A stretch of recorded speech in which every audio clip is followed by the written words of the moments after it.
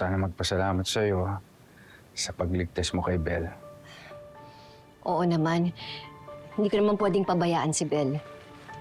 Kaya nga gusto ko magpasalamat sa'yo dahil sa mga nangyari, itinuring mo pa rin siyang parang isang anak. Mabait na bata si Belle. Dapat inaalagaan siya, pinoprotektahan, at pinaglalaban sa bawat pagkakataon. Ayun nga lang dahil sa kinailangan kong piliin si Belle, nakatakas si Gomar tsaka si Malu. Hindi ko na sila nakausap Kaya hindi na natin malalaman kung nasan yung anak natin.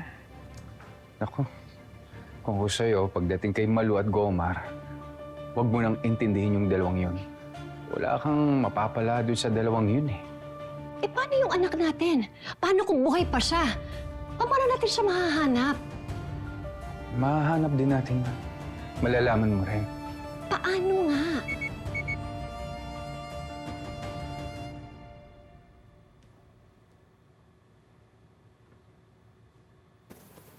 Oh, bakit?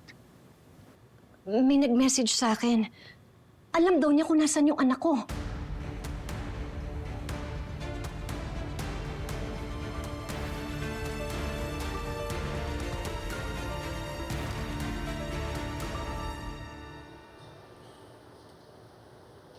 Belle, okay ka lang?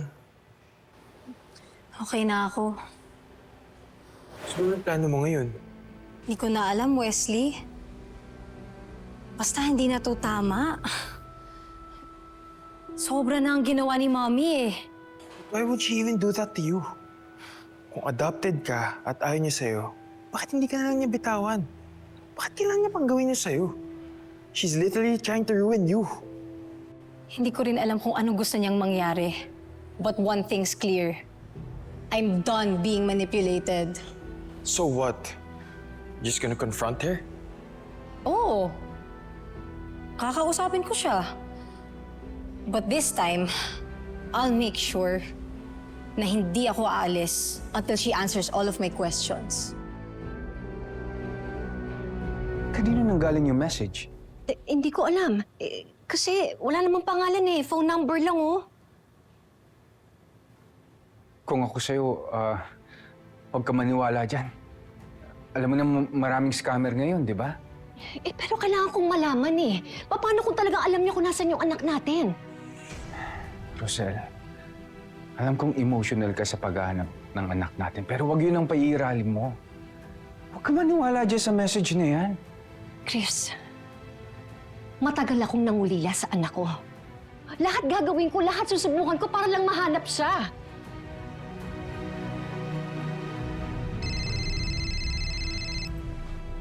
Ayan, tumatawag na yung Rosel, sabi sa'yo Diba? Siyempre, no, hindi na mapakali yan. Kasi desperate siya for the truth. Teka, sagutin ko na ba? Kasi pwede naman akong gumamit ng AI para hindi mahalata yung boses ko. Naku, wag. Hayaan mo siyang ma-torture. Isend mo na lang yung follow-up message natin. Please. Fine. Oo, exciting yan.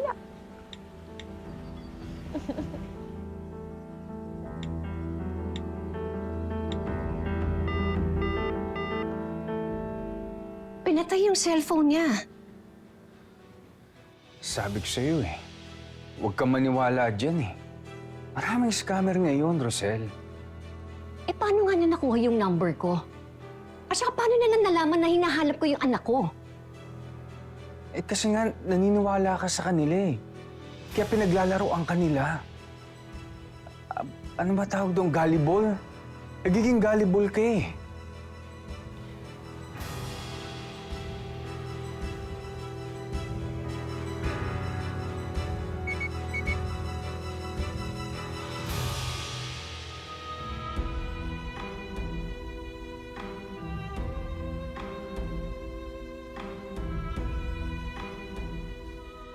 Ano sabi?